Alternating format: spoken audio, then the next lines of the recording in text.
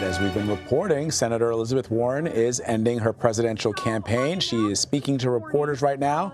Let's listen. Ending my campaign for president.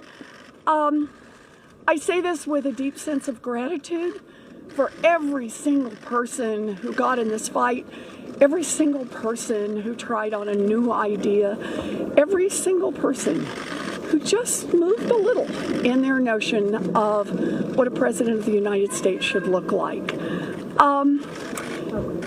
I will not be running for president in 2020, but I guarantee I will stay in the fight for the hardworking folks across this country who've gotten the short end of the stick over and over.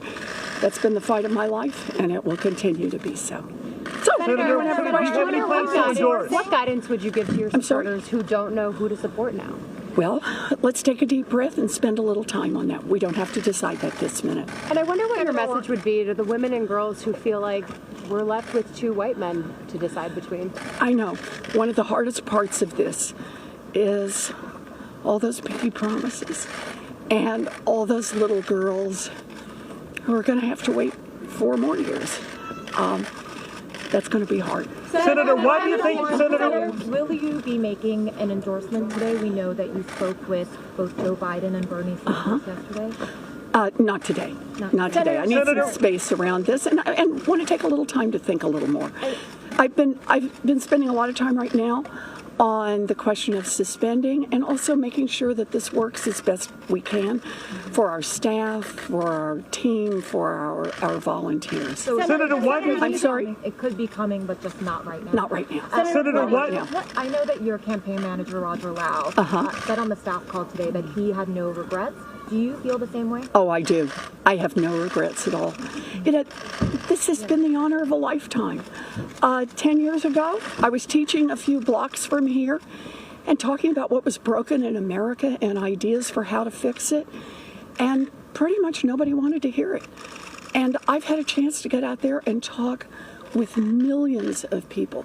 And, we have ideas now that we talk about that we just weren't talking about even a year ago.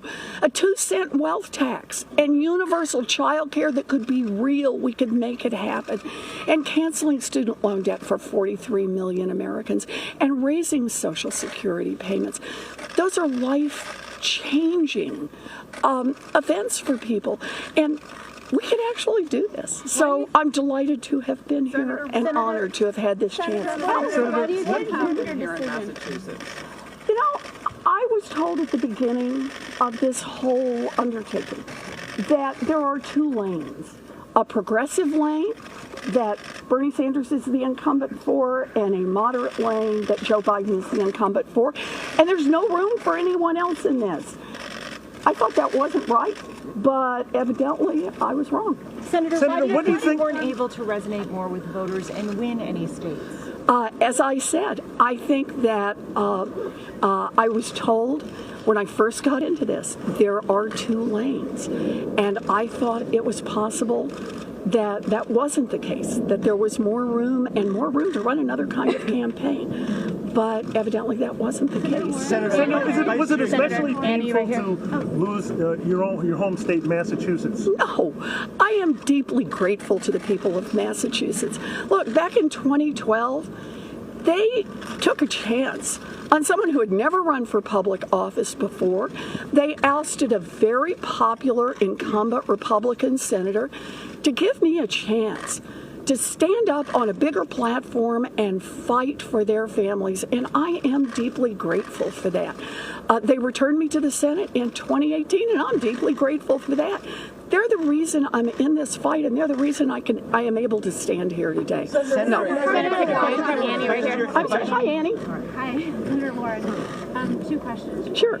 I saw you vote 2 days ago for yourself. I did. Could you, 2 things, reflect a little bit about what that was like for you? And then the other question is, could you talk a little bit about the role that you think that gender played in this campaign? Yeah. So, it was, I stood at that voting booth and I looked down and I saw my name on the ballot. And I thought, wow, kiddo, you're not in Oklahoma anymore. that it really was a moment of thinking about how my mother and dad, if they were still here, would feel about this. I had gotten a long email from my nephew and how proud his dad, my brother, is, and how they were all had their plans to vote and had met other people. And it's these long ties. For that moment standing in the booth, I miss my mom and my daddy. Gender in this race, that is the trap question for every woman. If you say, yeah, there was sexism in this race, everyone says, whiner. And if you say, no, there was no sexism, about a bazillion women think, what planet do you live on? I promise you this, I'll have a lot more to say on that subject later on. Senator, advice to your supporters right now looking for a candidate. What is your advice to them? Obviously, I know you're not endorsing anybody, but what is your advice to them? Let's take a deep breath and think about this for a little bit longer before we all settle in. I wonder, I've heard you. Senator, it was a long 2 days for you, or multiple days, to make this decision. What were you thinking about? What informed? What was the final step? This is the last. A big part of it is to think about all the people who turned their lives upside down to be part of this campaign. All of the staffers who moved and worked long hours, gave up jobs to be here, took leaves from school, to think about what works for them. This isn't just about me. This is a whole lot of people who were a big part of this, and also our volunteers, to try to think through. For all those people who already have invested so many hours and so much of their heart in the phone calls and the door knocks and the coming to the office and help clean things up and keep it all going, and thinking about all those pinky promises. I take those pinky promises seriously. So those were the things I needed to think through, and how we make all those pieces work at least as best we can for everyone. And one last thing.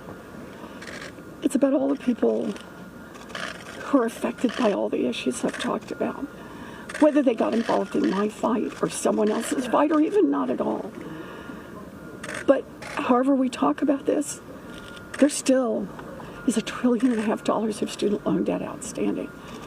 There are still tens of millions of people across this country who one bad medical diagnosis and they're upside down financially. There are still mamas and daddies all across this country who can't finish their education, can't take on jobs because they can't find access to decent childcare that they can afford. And I had to think a lot about where is the best place for me to go to keep fighting those fights, because those problems don't disappear when I stand here in front of you. Those problems go on, and my job is to keep fighting and to fight as smartly and effectively as I can. Senator, Senator, You're the best.